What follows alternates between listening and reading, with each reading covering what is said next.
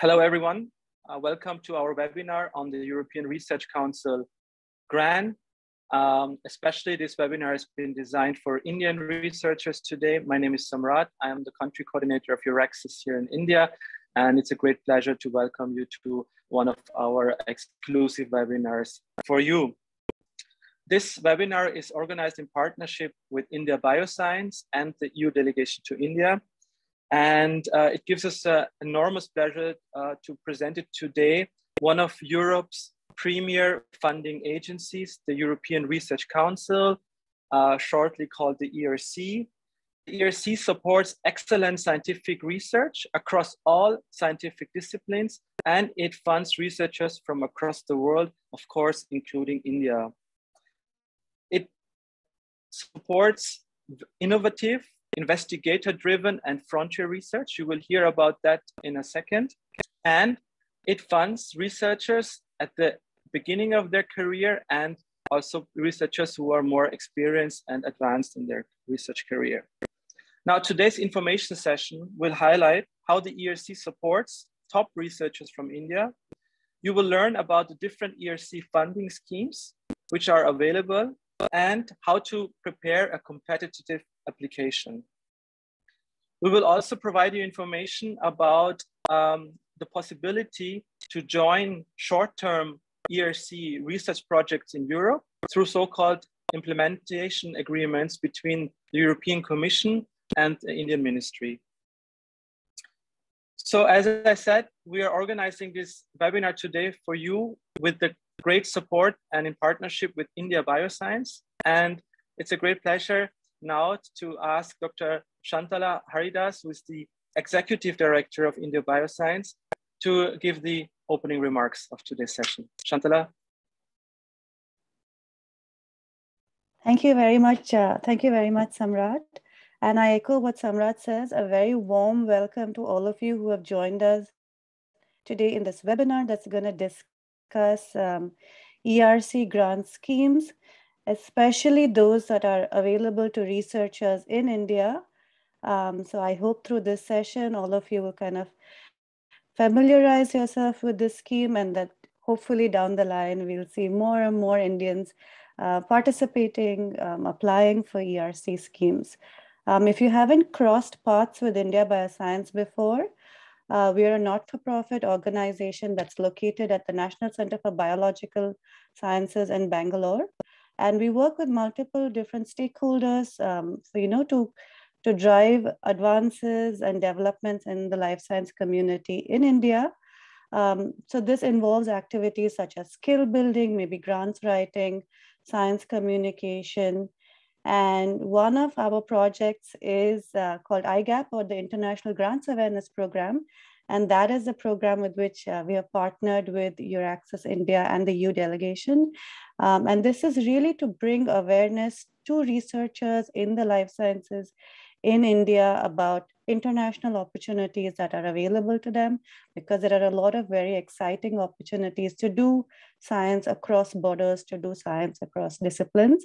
And so with that, I'm not going to take any more time from you, so we can move really to the kind of the topic for today's webinar. And so welcome to all of you. We do hope that you find this very useful in your journey towards maybe applying for an ERC scheme.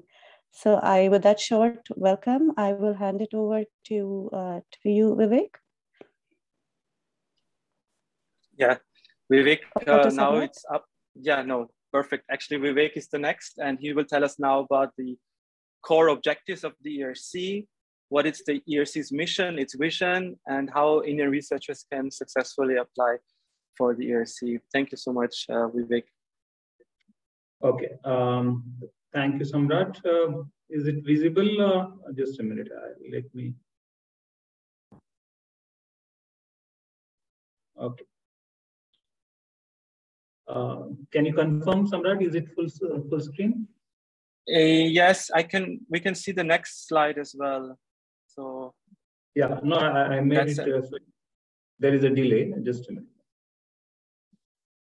Yeah. Is that clear now? Can you confirm? You are in the presentation I still mode. see the, yeah, now it's perfect. Yeah. Thank you very much.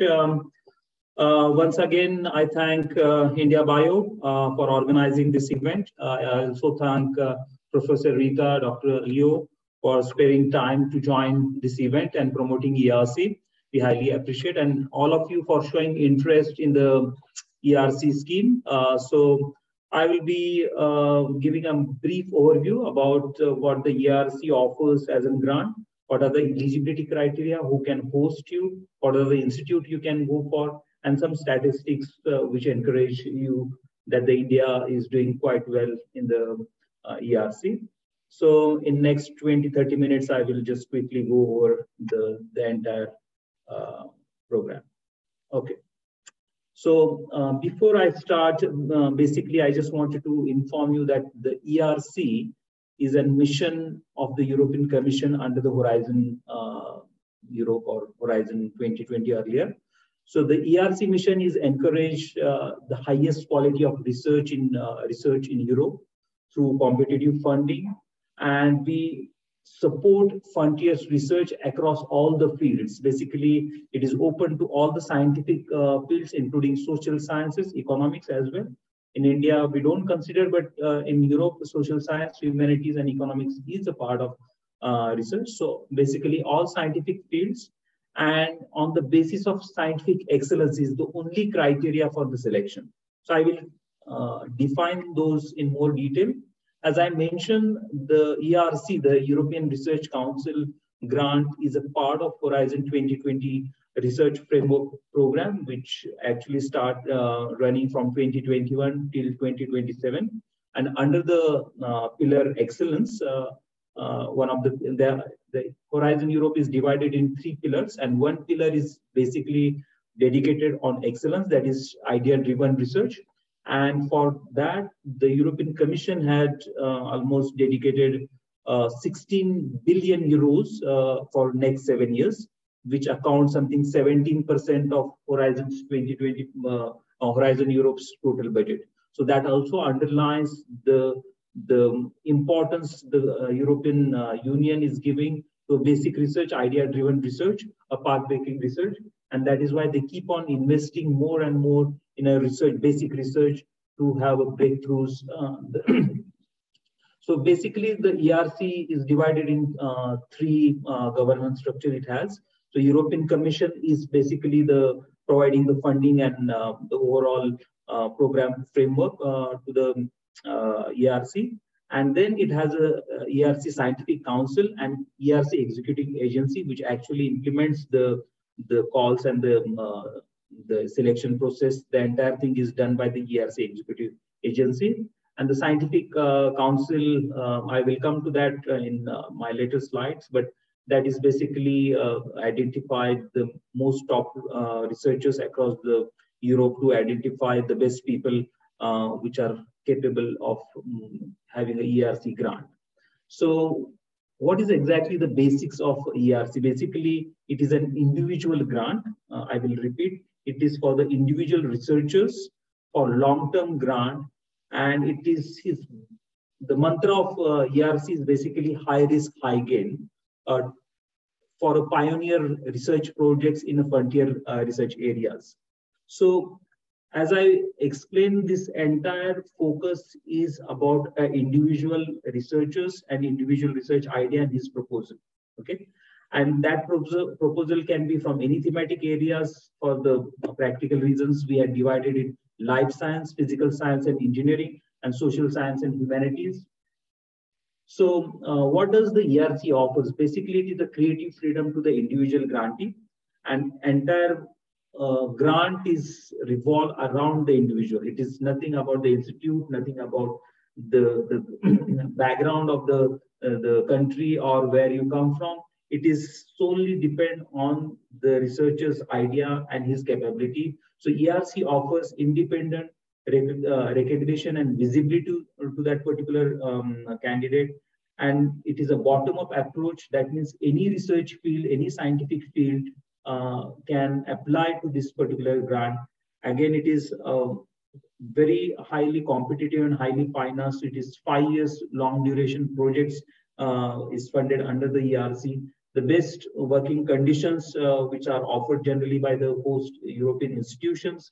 Top members across the world, the ERC fellow can create his own team. The team members can be from outside. That is what you can hire any expertise across the world. That is the freedom the principal investigators get. And this grant is portable. That means, as I mentioned, the research grant is given to the candidate, is not to the institute. Institute is just an implementing organization. But in case the research ERC grantee want to move his lab to another country or another university, he can do that. So this is basically the money belongs to that particular individual. And again, the high quality is the label of ERC. So the ERC scheme is divided in 5 different categories or schemes. One is starting grant, consolidated grants, advanced grant, proof of concept, and synergy grant. So basically, starting, consolidated, and advanced grants are basically individual grants. Synergy grant is basically a group of scientists or the group of expert network which applies for that. I will come to that in more details. Basically, the starting grant is for the researchers who has 2 to 7 years of research experience after completing the PhD. So duration of starting grant could be up to 5 years.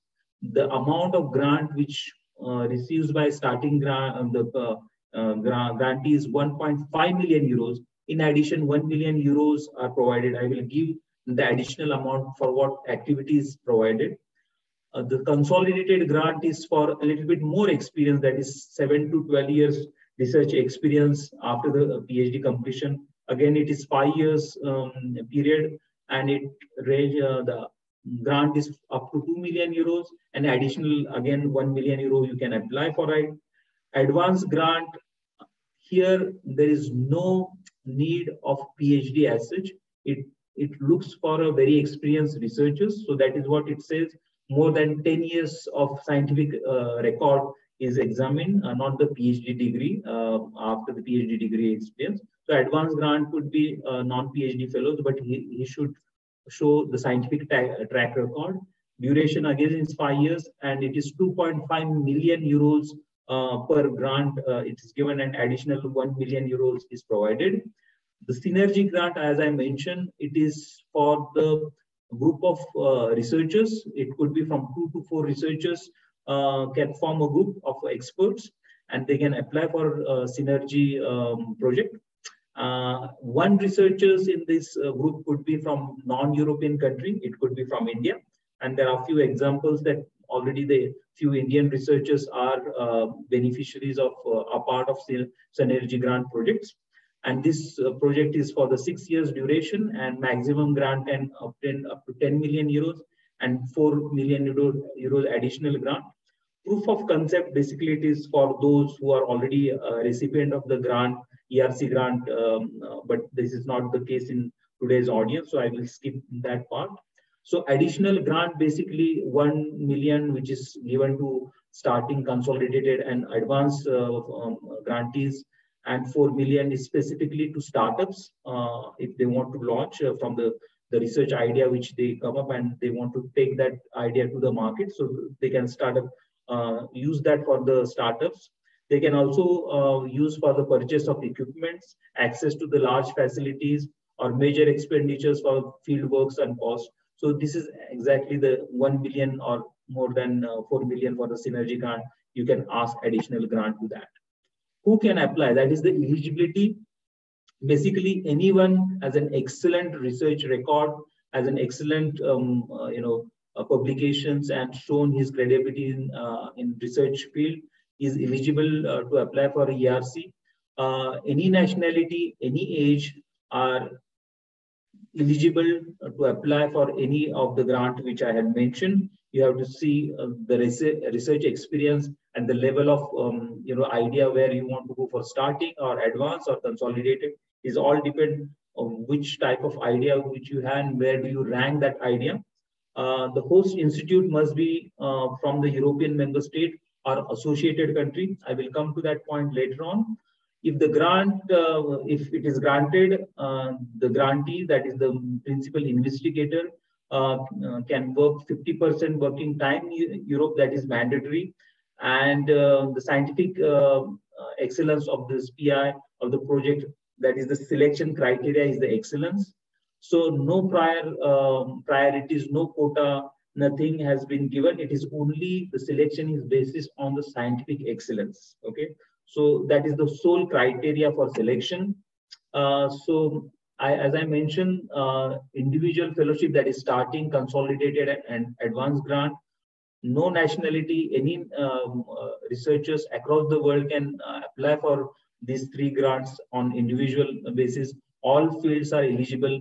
No scientific priorities, long-term project, host institute from Europe or associated countries. I will show you the list. Again, 50% time has to be spent in Europe in that particular lab and project. The team members, he can take it from across the world. The synergy grant, again, same principles applies. Out of, if it is a synergy grant is of 4 members, 3 members has to be from Europe and 1 from any part of the world, including India. All fields, same principle applies. And over here, you can spend 30% of your research time on that synergy project. It is mandatory. So that means 50% time you can, more than 70% time you can spend in India and in Indian laboratory. So who can be your host country? That is most important, part of today's presentation as well. As you know, the Europe has 27 member states. So this is what the list. I'm going to share the slide. So you can choose any host research institute. It could be university, it could be institute from any of this country as a host institute. In addition, you have also countries which we call as associated countries with Horizon Europe. So you have another group of something 13 countries which are part of right now associated with Horizon Europe. In India, the Norway and Israel are most popular countries which people applied in past as a host institutions. There are certain countries where UK has left the European Union.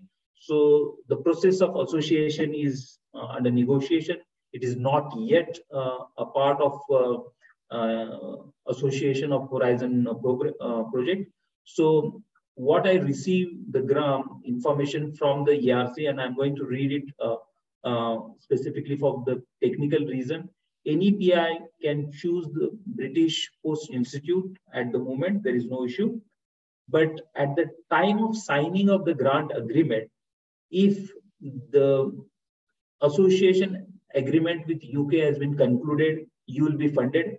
If the association of agreement with UK and the European country is not concluded or failed, the ERC will not fund the project. So either if you are selected, then you have to change the host country. You can go with the grant to another country of this 27 plus 14. So this is what the gray area of the UK's participation in it. So make sure if you are selecting this particular host institute from UK, you need to be very aware of pros and cons if you are going with the host institute in UK. I think I made it ample clear. Again, who can be your host? Any legal entity could be from private or public. It could be university, research organizations, or private company who are able to host, provide an infrastructure for research can act as a host institute. It can be from any member state or associated country. Even the European international European interest organizations like CERN, MBEL can also act as a host institute. So this is the calls which will be published or which are already published. Starting grant was published on 12th of July. It will close on 25th of October. Then consolidated grant is 28th 9 and then 23. So this is the timetable right now. This is, you have to check once again the exact date on the participant funding and participant portal, because sometimes there is a delay or there is a change in opening and closing date. So please bear with us, because this information is regularly updated. So I advise all of you to check regularly the funding and tender portal. I will give the link as well. But these calls, every year they repeat the calls. 2013, we will have a similar slot of calls, and 2014, 24, 25, 26, 27. So entire 6-7 years, you will have the series of calls which will come up. So you need to prepare better, because this application of ERC is not an easy job. In French, we call crème de la crème. Best of the best people across the world only manage to crack the ERC. So before you apply for ERC, make sure you have sufficient preparation for this application. So as I mentioned again and again, the excellence is the only criteria for the selection. The excellence is judged on two aspects: the excellence of research project, that is the idea, and the excellence of principal investigator. In a research project, the evaluators normally look into what is actually the path-breaking, groundbreaking nature of the idea, the proposal which the investigator had proposed, potential impact on and societal impact, how it creates, how it will be created. So these are the overall scientific excellence on which the project has judged. Again, the principal investigator, the evaluators look into the intellectual capacity, creativity, and commitment of the PI. For the practical purpose, the ERC had divided the applications into three main panels, basically 3 different categories, thematic areas: life science, social science, and physical and engineering sciences. In life sciences, they have 9 panels. That doesn't mean that if this is just for a practical purpose, they had given the names. If you have another name, but you can apply in any of the panel. There is no restriction as far as your idea is from this particular scientific field. Social sciences, it has 7 panels. Recently in Horizon Europe, they had added human mobility, environment, and space, a new panel in it. In physical sciences, again, they had added material engineering as an additional panel, but that doesn't restrict you to apply in any of these panels. Normally, a lot of proposals are interdisciplinary, so you have to choose which panel is best fit for you. So it is up to the individual researchers who are going to select the panel where it is best fitted to this.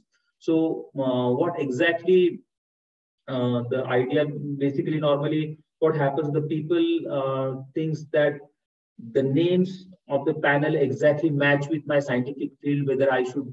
So that dilemma should not be there. You have to make sure where exactly your proposal fits in. So it is free of researcher's choice which panel you have to apply. ERC not only funds frontier research, but also a lot of application-oriented research proposals are there. So it is not only basic research or pathbreaking, but applicable research is also funded under this ERC. The scientific priorities of is basically the number of application per panel, per thematic areas. The fund is adjusted accordingly. So there is no basic specific priority for any specific field or panel. Okay. So if biology receive more number of applications, so the amount is equally distributed. So the success rate remains same across all the disciplines, across all the panel. The one more important thing, that post-institute is not an evaluation criteria. If you select the highest rank institute or university in Europe and you think that it will create a lot of impact, it doesn't. Evaluation criteria don't consider the institution, ranking into the. It is, as I mentioned, is all circle around the individual and his idea. Obviously, the research infrastructure, the environment where the research is going to work will help. but that host institution ranking is not an evaluation criteria. So you can choose the best institute which provides the best infrastructure to you. So as Samrat had already mentioned, apart from the ERC regular grants, that is individual grants which we had mentioned, there is also ERC had decided in 2017 that they wanted to engage with a lot of international organizations, a lot of international upcoming researchers. So they had come up with a new instrument we call as Incrementing Arrangements.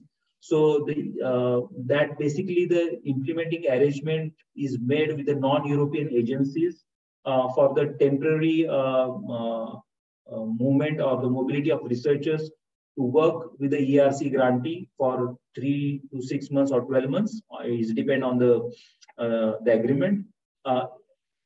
Right now, there are 16 countries has implementing, 16 national funding agencies from 12 countries has signed implementing arrangements with ERC. Out of that, 2 agencies from India, that is DST, SERB, Science and Engineering Board, Research Board, and ICSSR, that is the social science entity, had signed the ERC implementing grant arrangement, and this gives an additional opportunity for Indian researchers who are at different research level to work with the best people, best researchers, ERC, that is ERC grantees, and that is a unique opportunity is provided by Government of India as well as the ERC grantee itself. So this particular grant is not having an additional, I can say, a selection criteria, but I will come to that, how it works for that. But what the DST had put forward, the conditions that any researchers who is SERB grantee, okay, it has to be, the project has to be funded by SERB. It could be PhD, postdoc, or early stage researcher, or ongoing SERB project principal investigator can apply to DST ERC implementing arrangement. So the DST SERB provides the travel grant, and the per diems are provided by the ERC host lab, and it could be for 6 to 12 months mobility of researchers to ERC lab. That is what the SERB agreement concludes. And recently, in 2020, we had signed this agreement with the Indian Council for Social Science Research, and they also provides the Indian researchers should be the ICSSR grantee. It could be principal investigator, senior research fellow, or postdoc. Anybody who had already working on ICSSR grant are eligible to apply for implementing arrangement grant, and they provide the funding up to 6 months. So 2 to 6 months, that is the duration they had decided. So how it works, basically, the ERC grantee, the principal investigator, express his interest to ERC that they are ready to host international researchers for short to long duration. That expressions of interest, ERC passes to the third country, that is with the DST, SERB, and ICSSR. So last year, there are 400 ERC grantees have expressed the interest that they are ready to host the Indian researchers in their laboratory for shorter duration.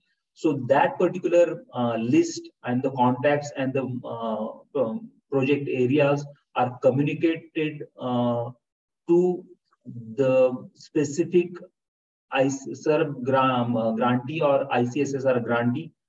That is not open to all. It is only those people who are already beneficiaries of SERB or ICSSR.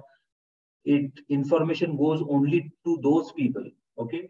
So because this contains a lot of data, that is the specific email address and the PI's scientific fields. So it is not open for all. It is open only to a restricted researchers who are beneficiaries of SERB and SERB.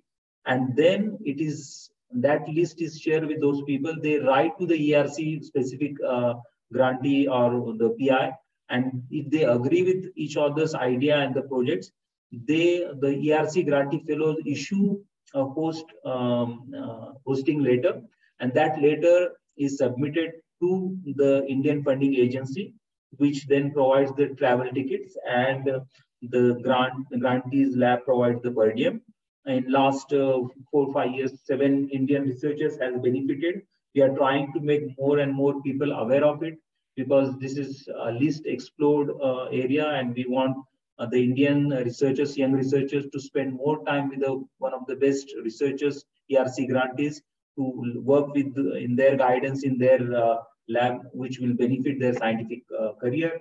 I will repeat again the same thing, but after the presentation, I think I will share with Samrat the contact person of SERP as well as ICSSR, with whom you can get directly in touch. They will give you the guidance how it works, but you can also write to us. We will be more than happy to help you out.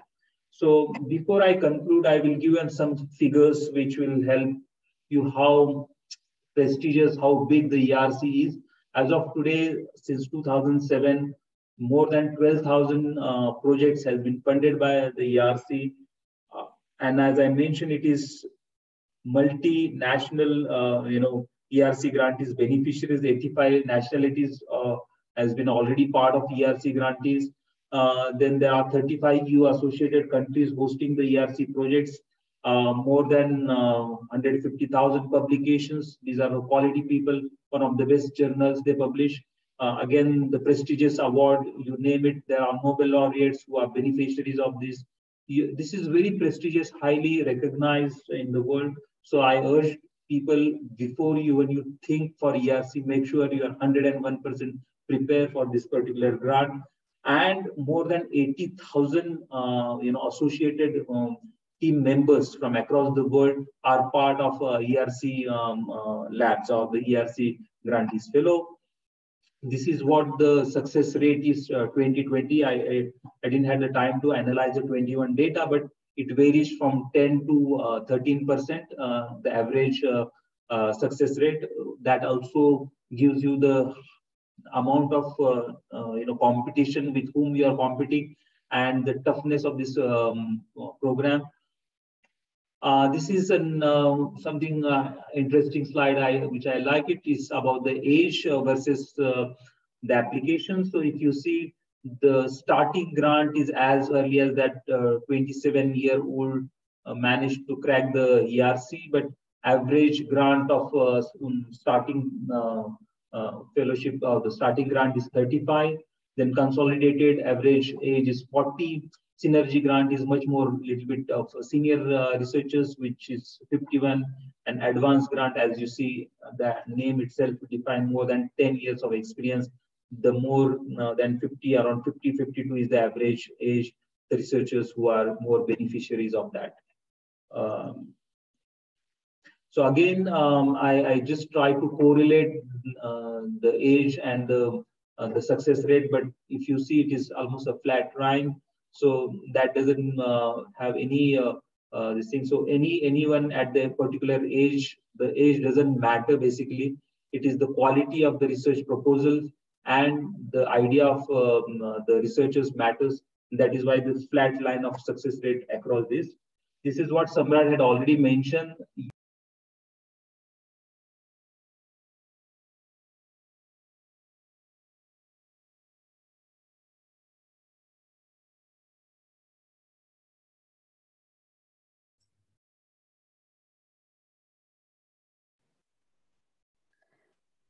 Vivek, I think you're muted. Sorry. The UK was a part of Europe until Horizon 2020. So a lot of Indians, yeah. Is that okay? I'm audible? And now you're back, Vivek. You were just gone for a few seconds. Okay. So the UK was most preferred destination of Indians, followed by Germany, France, Netherlands, Switzerland, Italy. So these are the things, but UK is right now not 100% part of associated country. Switzerland is not is gone out of association. So I will suggest you can, to be safer side, the 27 countries which are a member of European Union and plus confirm association is much wiser approach to go for host institution. Just a minute. Now, where the India stands as of today as a number of grant recipient, India stands third across non-European country, which is phenomenal achievement. It topped by US, followed by Canada. India has 70 grants, out of that 67 starting grants and 3 advanced grants. And we want the India's performance because India has a lot of quality researchers and we want that numbers to be increased because Marie Curie, India at top since last 5 years. India is one of the most highest beneficiary, and we believe that ERC India can top it because it has a quality, it has that perseverance, it has that commitment in researchers which can top the ERC and can benefit from this. Not only you, but it will also benefit globally to solve the global challenges. So hosting country again, this is the last year's data, the 2020 data. UK, Germany, and Switzerland was preferred destination. I'm talking about Horizon 2020 data. As I mentioned, the European Council doesn't only look for the scientific publication, but it also analyzes what impact, where the project, after the completion of the project, what had come out of it, where do we stand about that project. If you see, a lot of the first criteria in blue, that is scientific breakthroughs were achieved. There is more than 18% project had managed scientific breakthroughs. That is a phenomenal achievement. Then more than around 60% projects have made a major scientific advancement. So this is what the scientific excellence, the contribution the ERC grantees are bringing to the science, and that is very significant in overall progress of science. I will leave these slides with you. There are plenty of information available how to go for ERC applications. These are the videos and classrooms, and there are also interviews of beneficiaries with us. There are 2 eminent beneficiaries are today with us. They will also share their experiences, and you can always write to the NCPs. These are the most reliable contact points. They have very updated information. Apart from that, Samrat and myself will able to help you in certain extent, but we always advise for the people to write to the national contact points of particular country about any queries you have. The funding and tender portal where all the calls of Horizon Europe are available, including the ERC, and we will be available to guide you, to help you in your process, and that is our main core of activity, that to bring India in cooperation with Europe. And I hope today's seminar brings you people an additional opportunity to collaborate with Europe. I will stop it here. Thank you very much for your attention. Vivek, thank you so much for a very concise presentation. And we could see from the chats and Q&A that there is a lot of interest in the ERC, and there are a lot of questions regarding the modalities and the eligibility. So we will answer all your questions. Don't you worry. We already started, and Dr. Vivek will also continue to answer. But please try to put your questions in the Q&A chat. You see there are 2 chat functions. One is called chat, one is Q&A. If you put it in the Q&A, it will help us a lot to focus and answer your questions. But we will also have a Q&A session at the end of the webinar, so please stay there. These questions are very important. Some of you have posted questions which have value to all of the attendees. But before we go that, I would say there's nothing better than to talk and hear and learn about the ERC grants from ERC grantees. And it gives me an immense pleasure now to welcome our 2 ERC grantees who have actually, won this prestigious grant. We have Professor Rita Tiwari from Nottingham University with us from the UK. Professor Tiwari is a professor of parasite cell biology, School of Life Sciences at the University of Nottingham. A very warm welcome to you, Professor Rita. Thank you so much for joining us. Professor Rita, if you could just unmute your mic. Yeah, so I'm very happy to take any question, and I'm very pleased to join in this webinar. Yeah, perfect. Thank you. And also our next guest speaker is Dr. Leo Kurian. He's also an ERC grant winner. He's an associated principal investigator and the research group leader at the Center for Molecular Medicine, Cologne, at the University of Cologne in Germany. Dr. Leo, thank you so much for joining. A great pleasure to have you with us.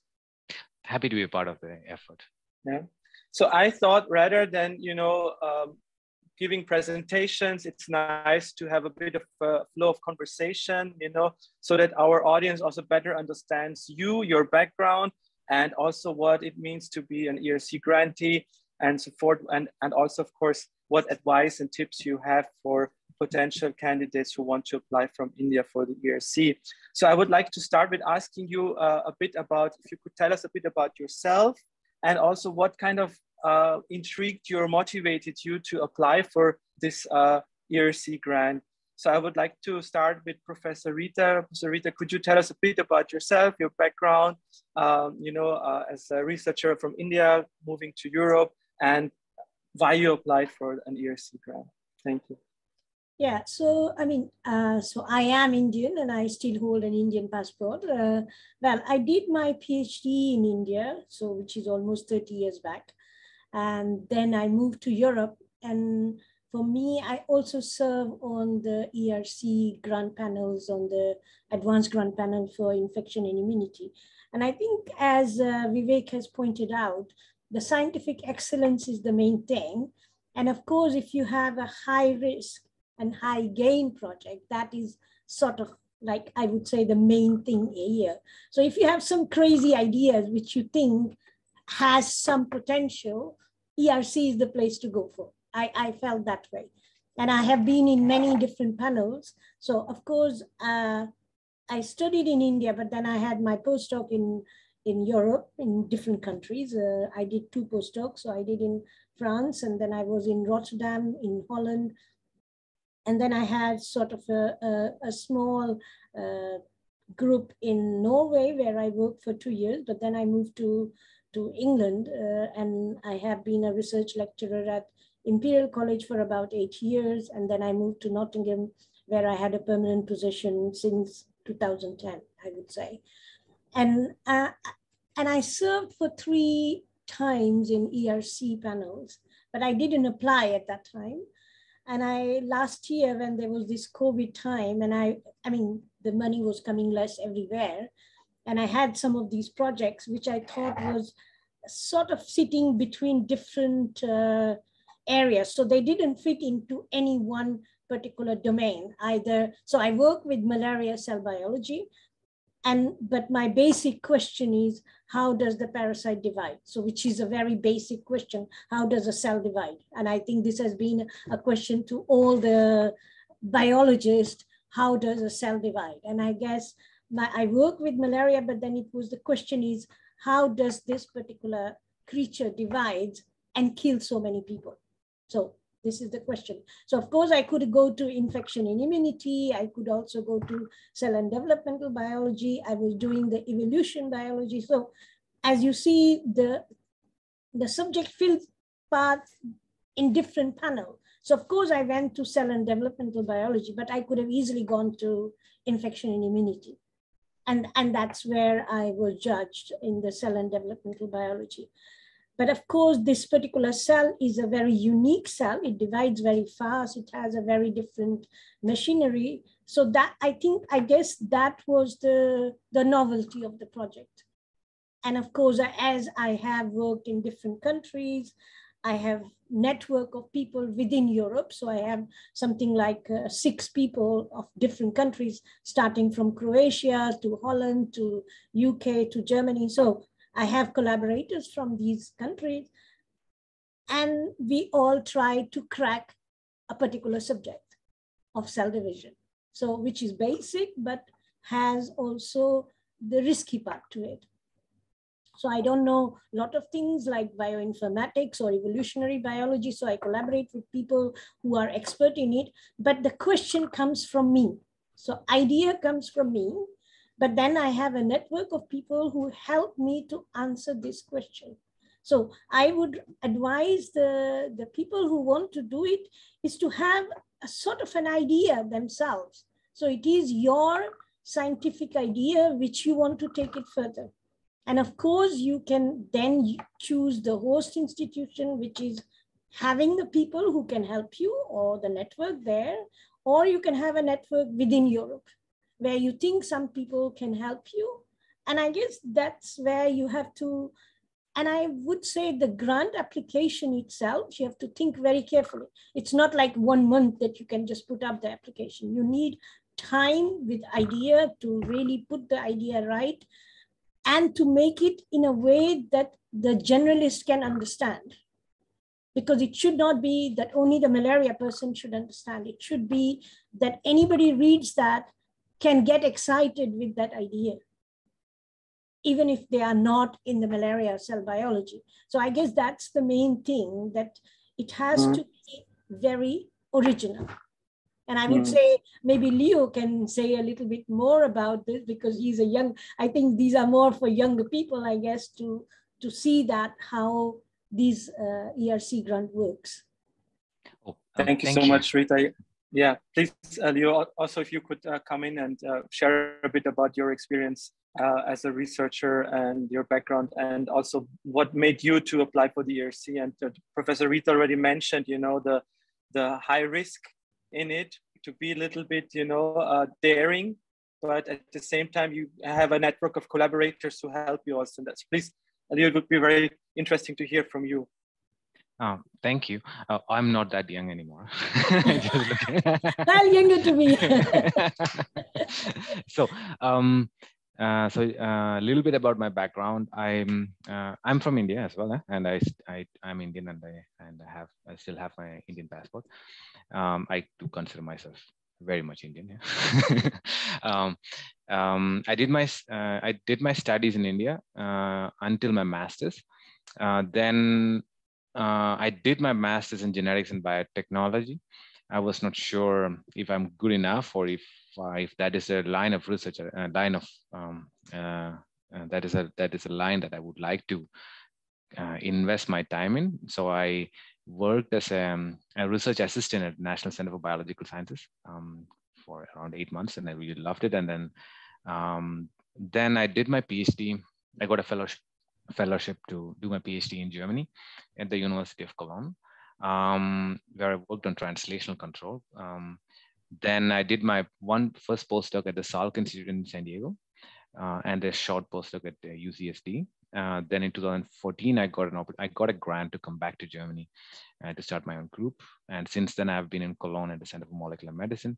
My lab primarily focused on understanding the molecular grammar by which a single cell embryo becomes an organism. So we primarily focus on understanding how organs and organ systems are developed, how are the molecular processes involved, what are the mechanistic mechanisms by which such processes are regulated, meaning how does the heart cell know when and where to become a heart cell, and how to sustain itself.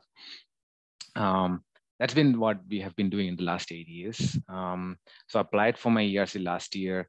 My primary aim was, there were 2 aims for me at the moment. One, as Rita pointed out, it gives us unique opportunity to address a question that you feel it is relevant, that you can address, and which many times other funding bodies might not allow you to do because it is of high risk, high reward nature. And the second thing was this: getting once an ERC gives you a very good shot, in my opinion, at a long-term perspective in career. So both of this was my main motivation. And that's why I applied. And in my case, when we say, at least I can only give my opinion on this, when I said high risk, high reward, it also means that two things. One, it ideally, you would be addressing a question that is, you feel it is relevant, and your peers feel it is relevant. And you also might have to defend why you are the right person to address this question. And if you can cover these two aspects, I think you have a fair shot at this. And another aspect is to pick the right panel where you feel your research fits, so that your reviewers can objectively evaluate your proposal. Thank you. This was very interesting. Your take on the ERC and what you kind of gave as an advice. So what we would really like to know, like what you already mentioned, like Leo, I think I want to pick up on what you said, that it is a funding body which funds research, which maybe other funding bodies would not dare to, maybe, or would say, no, this is not, this is too far-fetched, or maybe too risky to fund, So what has been your experience now, with the ERC, with this kind of approach to research, because that's something innovative which the ERC brings in, that it really funds researchers who can dream big, and who are also ready to take that adventure in their research career, right? Yeah, absolutely. I think I missed the question that you were putting. I'm sorry. So the question was what would you say would distinguish the ERC from other funding bodies, and what has been your experience? And both of you have been working already at European universities. You have probably also applied for other grants. So what is your experience with having an ERC grant? Like, how does it distinguish itself from other grants? Rita, do you want to go first, or? It's up to you. I mean, I'm happy to say that. So, well, I guess the ERC is something, it's for the individual. Yeah. So this is very important, because it is your idea, your excellence, and excellence of your collaborators. So, and the idea that you take, which may sound a little bit crazy, you can say sometimes, I have seen on the panel, I get sometimes these grants which you think, whoa, how does it fit with this person? And also, it is not an incremental grant. So this is very different compared to many other granting agencies, where maybe you are have a very excellent track record and you're doing the same work. But in ERC, they also like to see some novelty. It's not just incremental, sort of, you can come with a crazy idea, but they will look at your track record and they will say, okay, this person has done different things and have executed and delivered in those ideas. So maybe if you have a crazy idea, you can deliver it because you have shown that you can take a crazy idea and deliver it, or you have some thoughts towards that. So I think that is what is very unique about ERC, that it gives you a time, it gives you a possibility to think a little bit outside the box, I would say, and not just the same thing all over again. I mean, of course, you need to have your experience, but I think it's, as I said, high risk, high gain, little bit outside the box, what you're thinking, Can you think a little bit outside? Of course, your experience has to count, but can you think outside that and think, oh, maybe this is risky, but it is something novel. I would like to do it, and that's very unique about ERC. And I think that maybe Leo has another experience of it. So. I'm reality check. In my case, I'm not as experienced as Rita is in terms of ERC grants. Just to give a background on that, I applied 2 times. First time I applied for a starting grant. I went to the interview stage, but then I failed. But then I tried a consolidated grant, and then this time I was luckily successful. So as I want to add a couple of points, if I may, also reinforcing what Rita's pointed out. Since it is highly competitive, with my minimum experience, it is also important. So a failure there doesn't really necessarily say that you're a bad scientist. You have to keep trying. And many factors drop into it, because there are a lot of extremely good researchers that are applying, and it might or might not get it. So it doesn't reflect completely. A failure doesn't reflect that your idea was bad.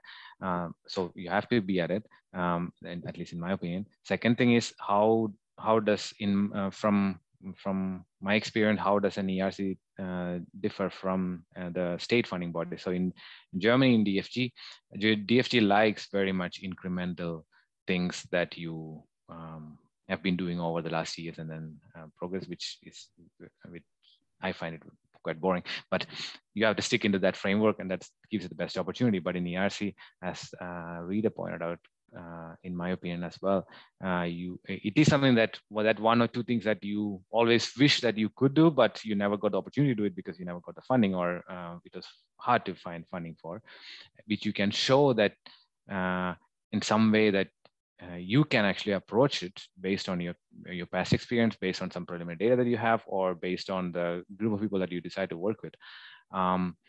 And that was, in my opinion, the big difference in that scope to address something that that you normally couldn't achieve with other funding bodies. That includes innovation, that includes feasibility, that includes the scope a grant can bring. And another aspect there is this gives you enough resources for 5 years of research, which at least in Germany, we don't have that kind of flexibility. In DFG, we get 3-year grants, which sometimes it's difficult to approach a question meaningfully that one would consider big. Thank you so much.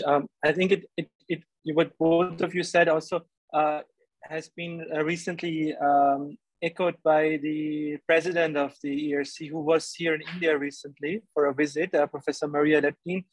And I just remember 2 of her quotes, which was, "You gotta be original." That's what she said, what the ERC is looking for. And they are looking for something new. And it should not be something you already been doing. They want you to take research into your research in a new direction. So I think this is something which also both of you have been now telling us, and this is what the ERC really values and appreciates. And this is where your chances will be higher to get into be funded. I also wanted to take the opportunity to ask you both a bit about your experience living, working in Europe, because of course the ERC grant implies also for the PI to spend significant time of her research in Europe. So just for our attendees who are planning to apply, and what is the difference? Are there differences, or what would you say, between doing research in India and Europe, and what has been your experience, with an Indian background coming to Europe and conducting your research here? Just to give us a bit of an insight. Thank you. Will we start with Rita again? Yeah, so I mean, because when I left India, it's almost 30 years. So which is like, oh my God, this is not the India now. So it was very different. But I think the main thing is that I think you have to be very open, collaborative, challenge yourself. I think this is something, even though I am a professor, I have, I have to challenge every day to myself to say, yes, I can, it's not like, oh, now I have a comfortable position, I don't need to challenge myself. This is something that I feel that it's very important. I don't know whether it's the same in India now as well, but I guess in Europe, that's what I felt. And I think these challenges are very good. It keeps you on your toes, and then that also tells you to explore outside your field and to learn. And I think the learning is the best bit of the science, I guess. And I think that's where you get the success. So maybe Leo has something else to say, because me, I'm an old. I'm not sure if I can answer that that in detail, because I also left India 17 years ago. Since then I've been either in Europe or in US. So I did my PhD here, so I don't have that much experience in working in research in India from my time in NCBS that I spent, and here compared to NCBS, it was the quality and the scope of science. So NCBS is a very good place to do this. So I didn't find that difficult to acclimatize to science here. I found, as Rita pointed out, you need to be on your toes, and it is always about excellence. It doesn't matter what you did before.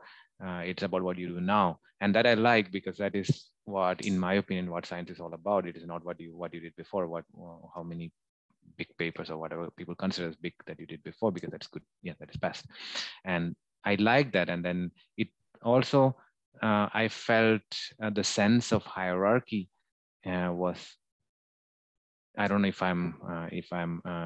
that is the right way to put it, was I felt, in my personal opinion, to be a bit lesser, and that was my experience in terms of research. In terms of lifestyle, since I left quite early, I didn't find it difficult to. Good people are there everywhere. Doesn't matter. And yeah. Well, thank you so much. I want to say we live in a global world now, so I think it doesn't matter whether you're in India or UK or Germany. I guess the present day is not something, the knowledge is there everywhere. Right. You just have to capture it. Yeah, yeah.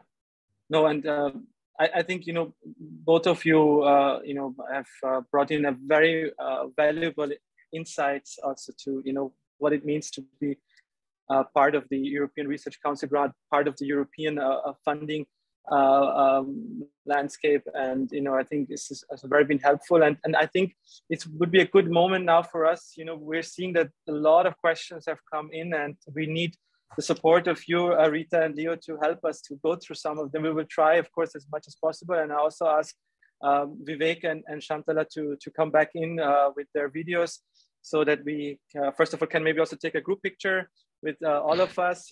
That's also a nice way. And at the same time, let's give now the remaining time of the webinar to the participants who have been listening attentively, and at the same time, have been writing. And Vivek and I have been trying a bit to answer, but it would be very nice, to bring all of us in now into the Q&A session. And I've selected a few questions in the beginning, but we can also see if we have time to add more to them.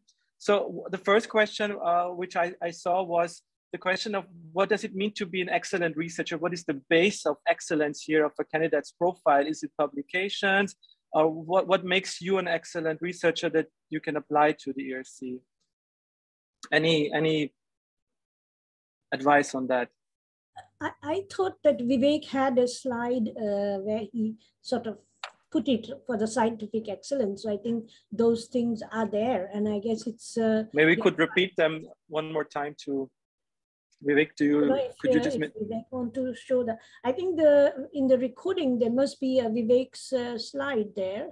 I mean, it's what your intellectual input is being there for the subject, what your track record, how you have taken different challenges, what is the scientific approach. I guess that's exactly what it is. Yeah. So that's what they want to see. And of course, if you to have a science which is a little bit outside the box, as I said before. That's very important for the project. So it means a track record on scientific publication is not the major criteria, right? Not really, but I think so. In the ERC, there are two levels it is judged. So when if you put an application in the first part of which is a B1, is always a project and the CV. of the candidate, you know. So that's where it's a generalist who are on the panel who will judge your CV, and based on your CV, also your project, whether you have done certain things which they think from the papers that they think, yes, this person has the intellectual capacity to do this sort of project which is outside the box. So that's your B1, which is at the panel level itself. Once the panel level is gone, then the project goes, which is part B2, which goes to your peers. The reviews go, I mean, the grant goes to that. And then again, there, you know, based on your project and your CV, where you have the capabilities, will be judged. So excellence doesn't mean that you've published in Nature and Science. And I guess now it's more and more open science. Of course, if you have a Nature or Science or Cell paper, but has that science made an impact, that counts, you know? So it's not just that publication which will give you an edge. It's many other things which will give you an edge, you know? So that's what you have to see. And I guess there are very good videos, as Vivek said, about, you know, preparing the grant, how in your CV, the B1 and B2, because this takes, I mean, even me, I've written so many grants, but ERC grants took me almost 4 to 6 months, first to get the idea, then how to put the idea, how to prepare the applications. And of course, I don't know how it is in India, but here we always have some people who are helping you to sort of read the grant, who are generalists, you know, who are not in your subject. But the more people read your project, the more challenges you get. I think that's the best way to prepare the application. And the same is for the interview. I mean, before my interview, I had like 8 mock interviews, which was crazy. But the best ideas came from the younger, you know, researchers who were challenging me with these questions. And I think that's the best thing. You can learn from everybody. Samrat, I will just add what Rita is saying. Basically, we asked the same question to the president of ERC.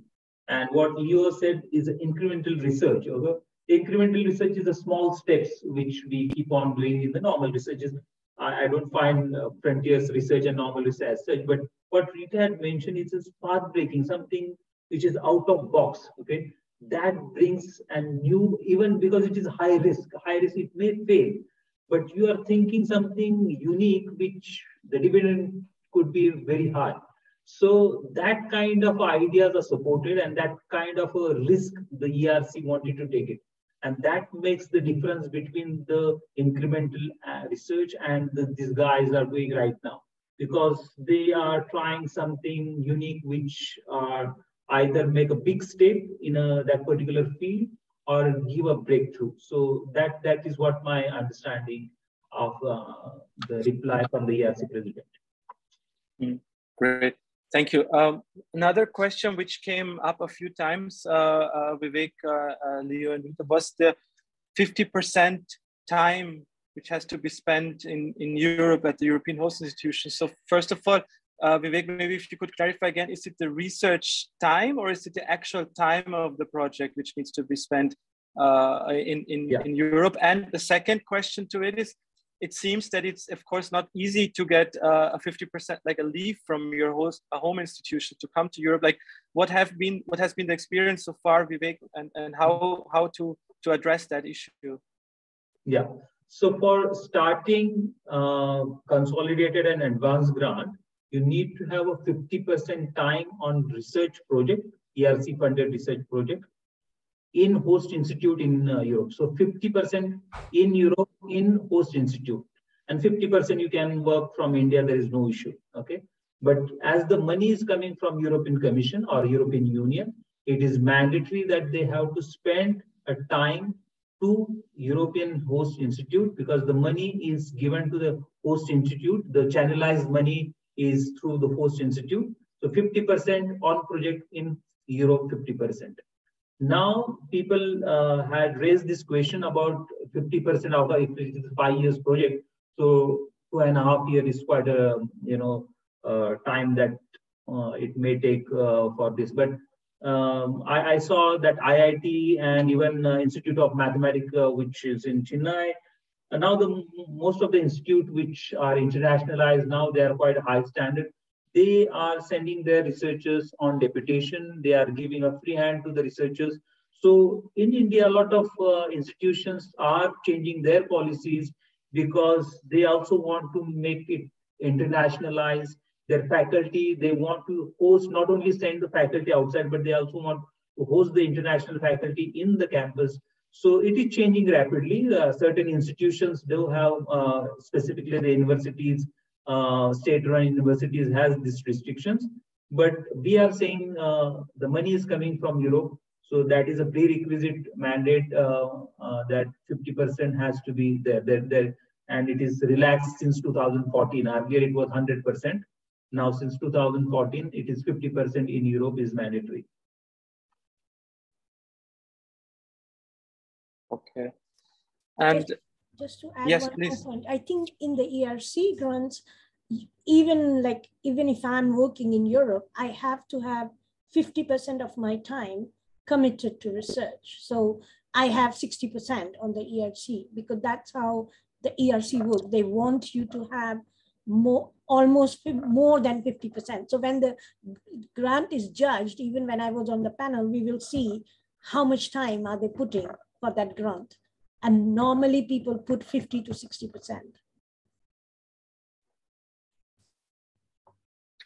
Thank you. Let's move to the next question.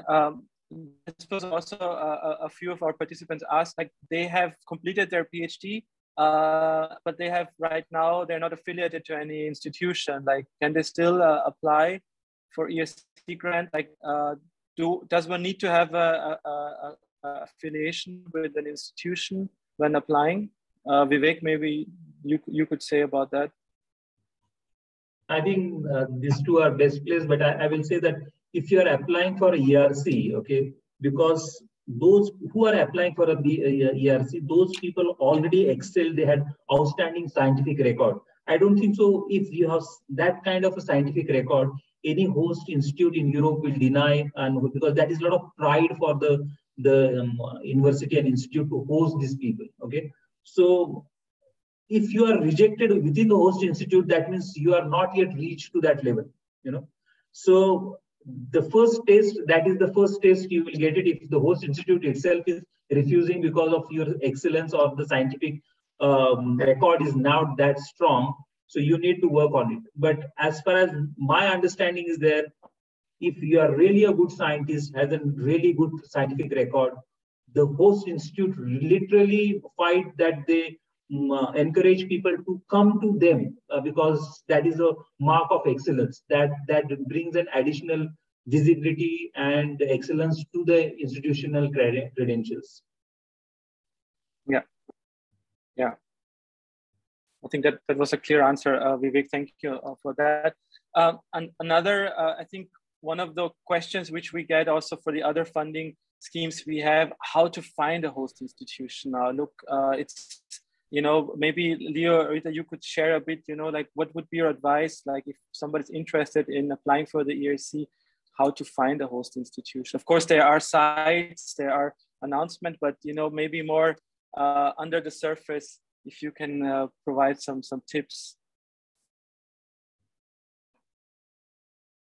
Maybe Leo. Okay. I think it's a bit difficult question to answer.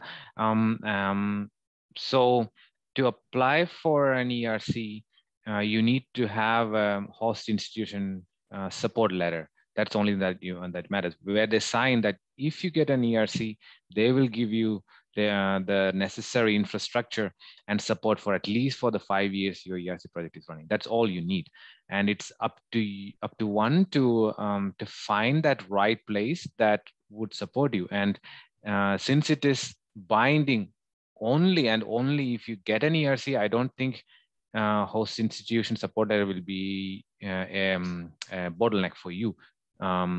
If you're doing a meaningful research and you have a track record that has shown, I'm positive then you will be able to find a place that will host you.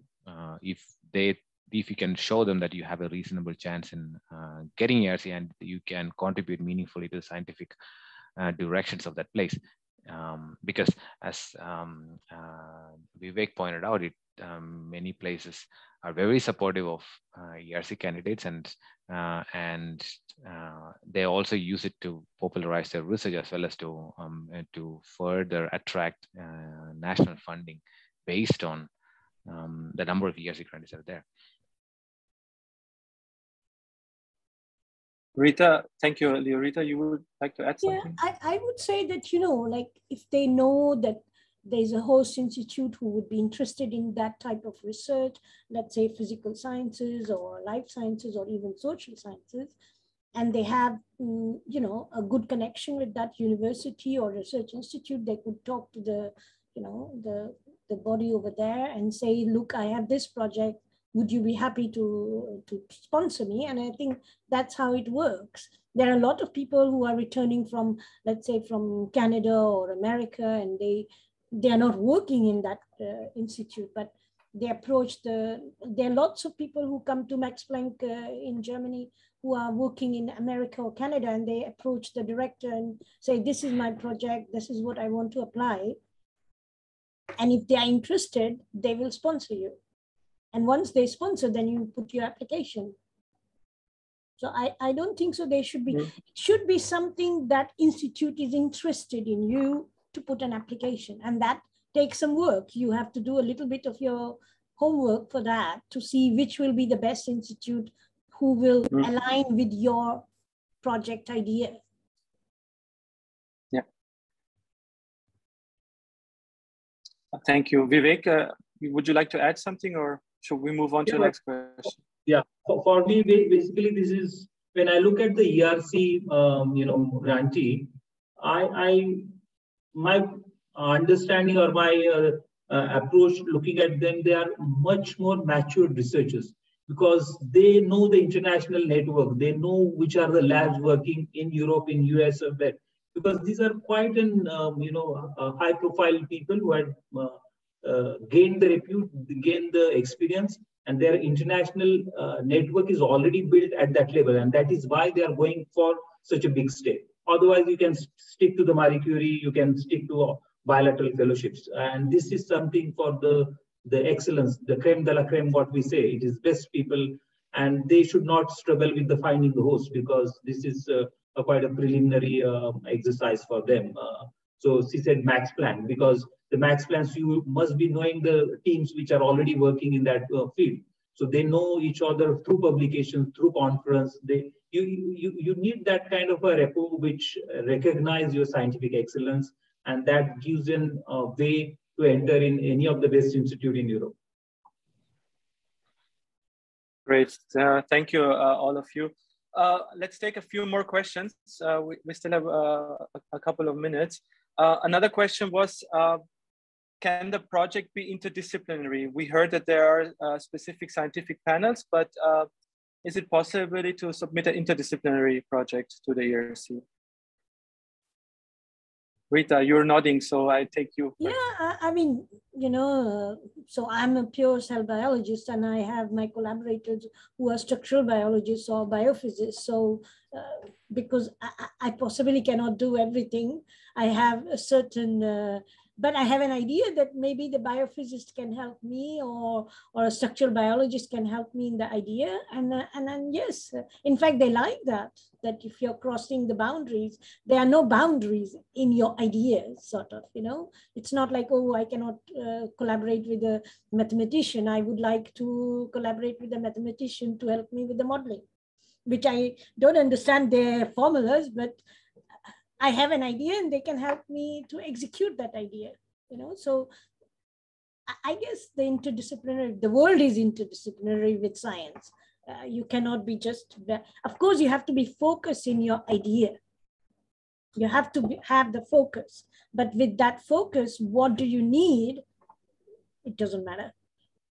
I think you have to be open. Thank you. And Leo, how interdisciplinary is your project?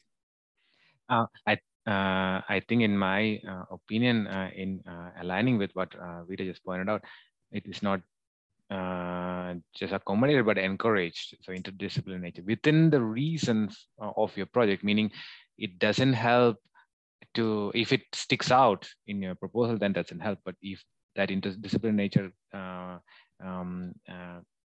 helps to address your question to increase the scope with which you can address the question, then definitely. So of course, in my project as well, we have systems biologists as collaborators. We have proteomics people as collaborators. They were in vivo people as collaborators, because some of these aspects I'm not able to do because I'm not although I'm from India, I can't code. So so these are aspects that which I thought would significantly help in this particular project. So it is encouraged, in my opinion. Mm-hmm. Thank you so much. Last two questions, which I've seen a few times popping up in the Q&A. One was, how often can one apply to ERC grants? Is there a limit, Vivek? Leo, you applied one time, two times. So the one time you applied for starting and then for the advanced. So is there a cap, Vivek? Yeah, good question. As of today, there is no cap as such. I will really verify with the ERC, because the Marie Curie did started from Horizon Europe, the cap, because a lot of people are reapplying without changing the content, is just adding the number of proposals. In ERC, as of today, I just gone through the work program and there is no such condition. So I guess you can make a reapplication, but it makes sense the people evaluate their proposals. They make comments of the evaluators factor in just blindly changing the host or just the title will not serve the purpose. So that is waste of energy and time. So if somebody is making an efforts, what Leo had already said, that you may fail because there is a guarantee that maximum time the first attempt may not go in a successful way, but that gives you a lot of understanding and know-how about the project. How do you approach the writing? How do you prepare yourself? And that needs a lot of preparation. So as of today, in shorter word, there is no cap, but to be safer side, I will write to ERC and reconfirm in a couple of days. So I wanted to say that if you apply for ERC,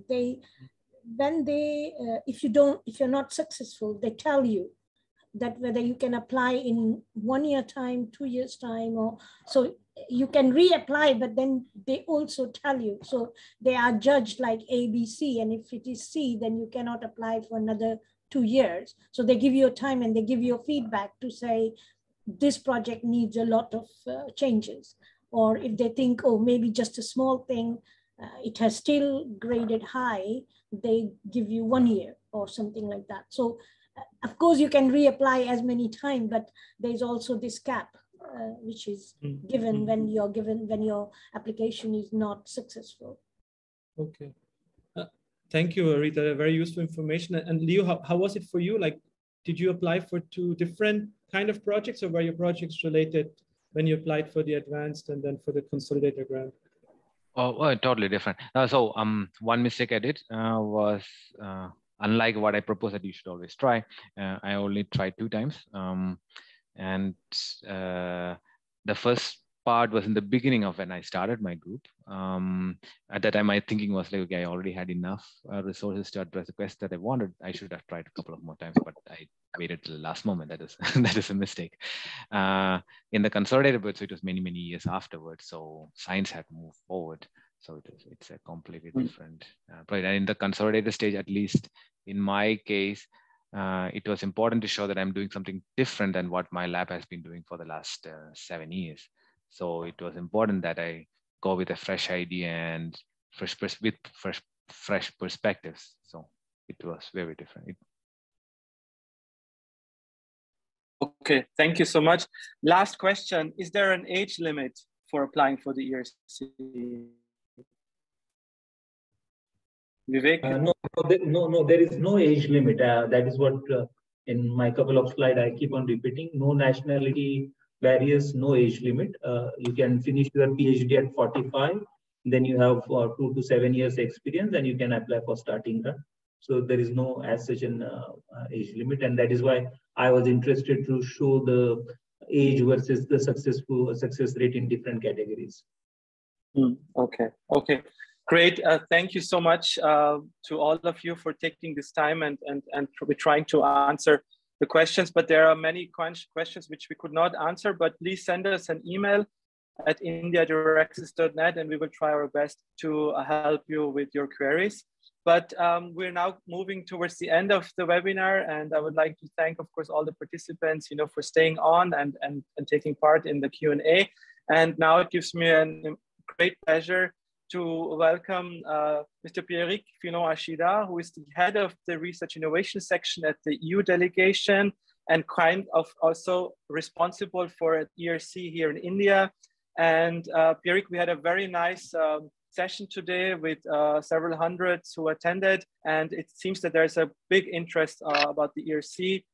We would be very happy to have you giving us some concluding remarks on from the EU perspective here in India. Thank you. Yes, thank you very much, Samrat and Vivek. I was listening. It was very important. You gave really precise information on to applicants. It's highly competitive. Actually, I promoted when I was at headquarters until recently. I moved to India in February. I promoted ESC in Japan and in Singapore. Even for the team in Japan and Singapore, it's still competitive. So it's a kind of very worldwide recognized label. So if you are lucky and if you have excellent profile, you will get it, and you will be part of a mini club. So first of all, I want to thank all the panel colleagues, Dr. Leo, Professor Rita, and Dr. Shantala. It was very good. You have been through that process, and then to contribute, listening to what you say, Samrat and Vivek. I have two things. Number one is yes, apply. And yes, as Professor Rita say, reapply.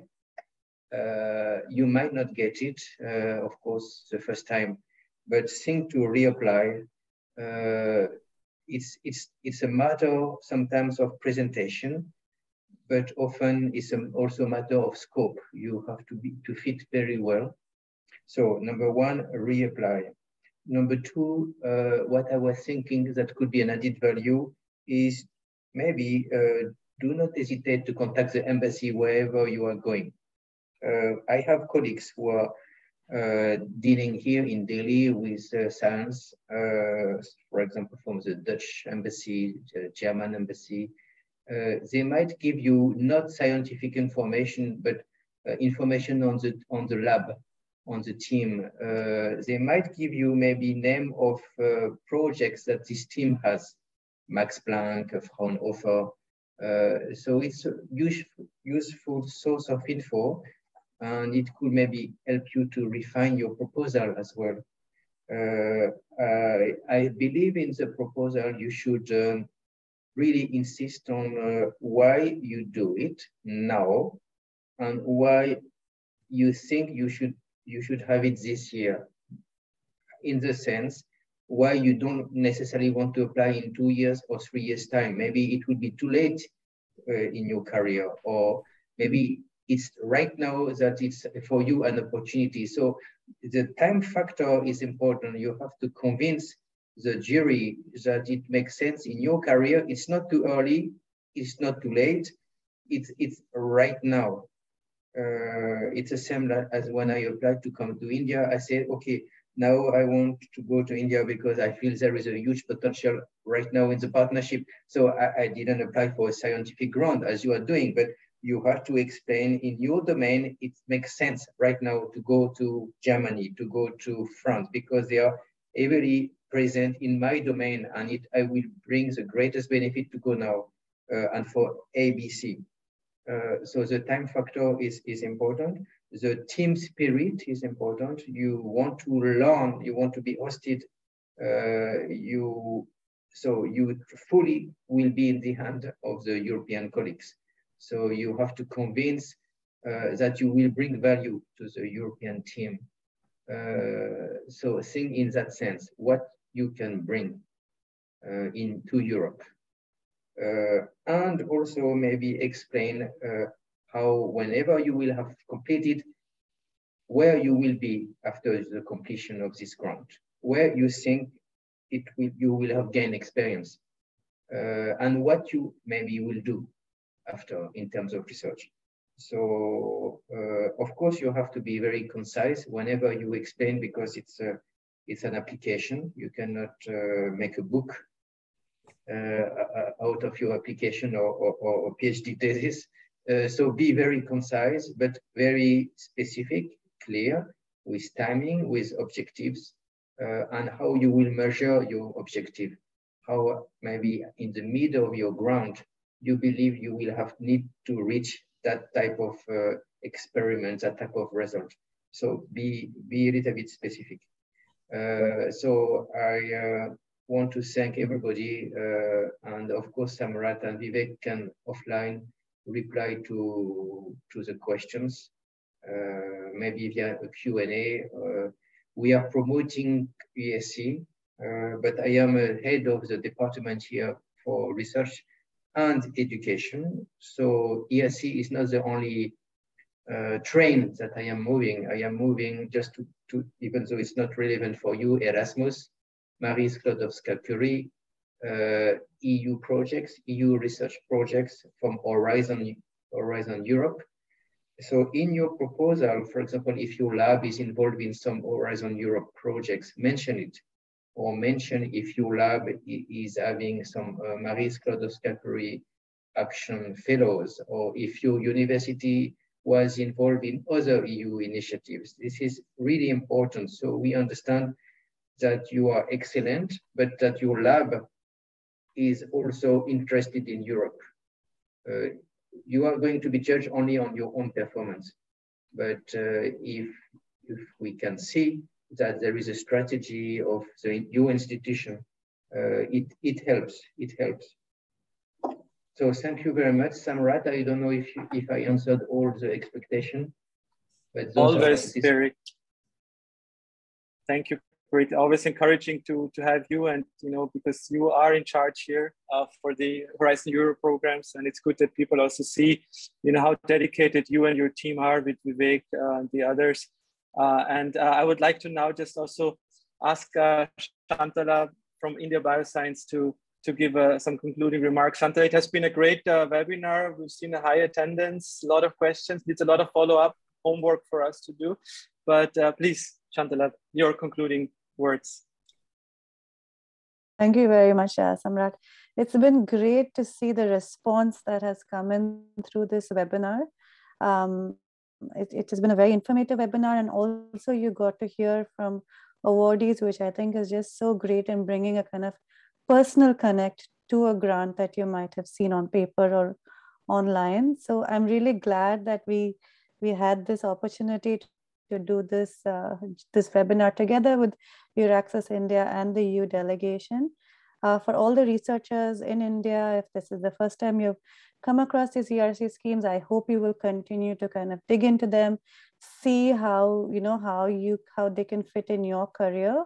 And I think these kind of schemes, as science is becoming more global, it's great to kind of explore these international funding opportunities, because if you get it, amazing. But if you don't get it, it still gives you an opportunity to really kind of reevaluate how you're looking at your research question, put it in an international context, make connects, go to conferences, find collaborators. So I really think, as we said, the world is getting smaller, and research is also happening at a global platform.